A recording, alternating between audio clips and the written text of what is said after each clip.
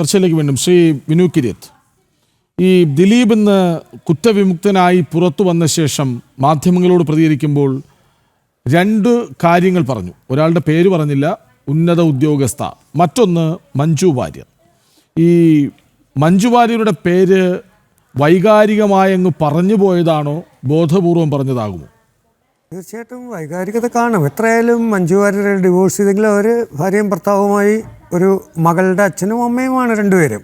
തീർച്ചയായിട്ടും പരസ്പരം ഹൃദയങ്ങൾ അറിയാവുന്നവർ തന്നെയാണ്. പ്രത്യേകിച്ച് പ്രണയിച്ച് കെട്ടിയവരും കൂടെ ആയതുകൊണ്ട് പിന്നീട് കാലം കഴിഞ്ഞപ്പോൾ പരസ്പരം കഥാപാത്രങ്ങളുടെ യഥാർത്ഥ സ്വഭാവങ്ങൾ അങ്ങോട്ടും ഇങ്ങോട്ടും ഒക്കെ മനസ്സിലാക്കുമല്ലോ. അതാണല്ലോ ജീവിതം.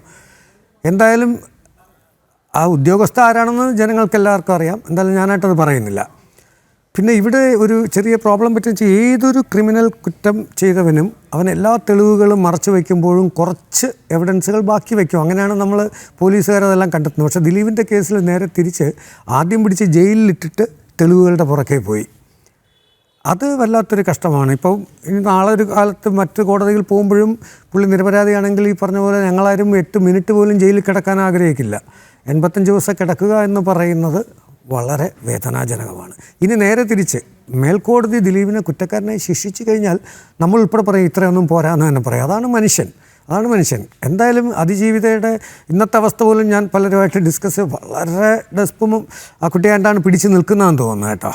സധൈര്യം മുന്നോട്ട് പോകും എന്ന് തന്നെയാണ് എനിക്ക് കിട്ടിയൊരു ഇതനുസരിച്ച് ഞാൻ പറയുന്നത്. എന്തായാലും അത് ഇനിയുള്ള ഇതിലും ദിലീപിൻ്റെ പുറകെ പോകാതെ ഇതൊരു പക്ഷേ പൾസർ സുനി എന്ന് പറയുന്ന വ്യക്തിയിൽ നിന്ന് തന്നെ പറയിപ്പിക്കാനൊക്കെ പറ്റും ആരാണെന്നുള്ളതൊക്കെ. പക്ഷേ അതിന് നമ്മുടെ പോലീസിൽ ഇപ്പോൾ ഈ പറഞ്ഞ പോലെ ഉള്ള പ്രശ്നങ്ങളുണ്ട്. ഇതൊരു CBI എൻക്വയറിയിലോട്ടൊക്കെ പോകേണ്ടി വരും നാളെ എന്നാണ് എനിക്ക് തോന്നുന്നത്. എന്തായാലും നിരപരാധികളാരും ശിക്ഷിക്കപ്പെടരുത്. തിരിച്ച് ദിലീപ് ആണെങ്കിൽ 100% ഞാൻ ഫസ്റ്റ് ചർച്ചയിൽ പറഞ്ഞത് തന്നെ വീണ്ടും പറയുന്നു. ഇപ്പോൾ ഈ 6 പേർക്ക് ശിക്ഷ കിട്ടി, അവർക്ക് ഏറ്റവും മാക്സിമം ശിക്ഷ കൊടുക്കണം. അവരാണ് നേരിട്ട് ഇതിനകത്ത് ഈ പറഞ്ഞ പോലെ ഒരു നമ്മൾ കേട്ടുകേൾവി കണ്ടു. ഒന്ന് ആലോചിക്കുക, ഒരു പെൺകുട്ടി 5-6 പേര് ഒരു വാഹനത്തിൽ അതിൻ്റെ വീഡിയോ എടുക്കുക എന്നൊക്കെ പറഞ്ഞത് നമുക്കൊന്നും അതിൻ്റെ ബാക്കി കാര്യങ്ങൾ ഞാനിവിടെ പറയുന്നില്ല. നമുക്ക് ചിന്തിക്കാൻ പോലും പറ്റുന്നില്ല. അത്രയും ക്രൂവൽ തന്നെയായിരുന്നു. അതിൻ്റെ പിന്നിൽ പ്രവർത്തിച്ച ആരായാലും അത് കണ്ടെത്തേണ്ടത് പോലീസാണ്. നമ്മൾ സോഷ്യൽ മീഡിയയിൽ വരുന്നതൊന്നും കണ്ടിട്ട് നമ്മളാരും കയറി ആരുടെയും സപ്പോർട്ടൊന്നും ചെയ്യേണ്ട കാര്യമൊന്നുമില്ല. ഞങ്ങൾ സിനിമാക്കാർ ചെയ്തത് എന്താണ്, ദിലീപ് കുറ്റക്കാരനാണെന്ന് അറിഞ്ഞാൽ അപ്പം തന്നെ അമ്മ സംഘടനയിൽ നിന്ന് അയാളുടെ അംഗത്വം പോലും കളഞ്ഞില്ലേ. അതുപോലെ ഞങ്ങൾ ഫെഫ്ക ദിലീപിനെ ഇന്നിപ്പോൾ നിങ്ങൾ തിരിച്ചെടുക്കും. കാരണം വെച്ചാൽ ദിലീപ് കുറ്റക്കാരനല്ല എന്ന് പറഞ്ഞു അതിൻ്റെ ചർച്ചകൾ നടക്കുന്നു. കാരണം അയാൾക്കും ജീവിക്കണം.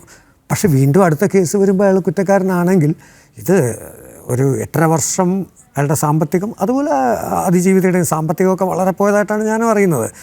പക്ഷെ ഫൈറ്റ് ചെയ്യണം, 2 കൂട്ടരും ഫൈറ്റ് ചെയ്യണം എന്നാണ് ഞാൻ പറഞ്ഞത്. ഒരു ജനങ്ങൾക്ക് ഇതിൻ്റെ സത്യാവസ്ഥ അറിയണം. ഞങ്ങൾ ഉൾപ്പെടെ, ഞാനുമൊക്കെ ഇക്കാര്യത്തിൽ വരുമ്പോൾ നമ്മളൊക്കെ ജനമാണ്. കാരണം ഞങ്ങളാരും ഒന്നും കണ്ടിട്ടില്ല. കേട്ടറിവ് വെച്ചിട്ട് അഭിപ്രായം പറയുന്നതും ശരിയല്ല. അതുകൊണ്ടാണ് നമ്മളെല്ലാം അന്നും ഇന്നും പറയുന്നത് അതിജീവിതയോടൊപ്പം. ഇപ്പം ശരിക്കും ദിലീപും ശരിക്കും പറഞ്ഞാൽ അതിജീവിത എന്ന് പറയാൻ പറ്റില്ല. ഒരുപാട് വേദന അനുഭവിച്ച ഒരു വാദിഭാഗം എന്ന് വേണമെങ്കിൽ ദിലീപിനെ നമുക്ക് പറഞ്ഞൂടെ. യെസ്.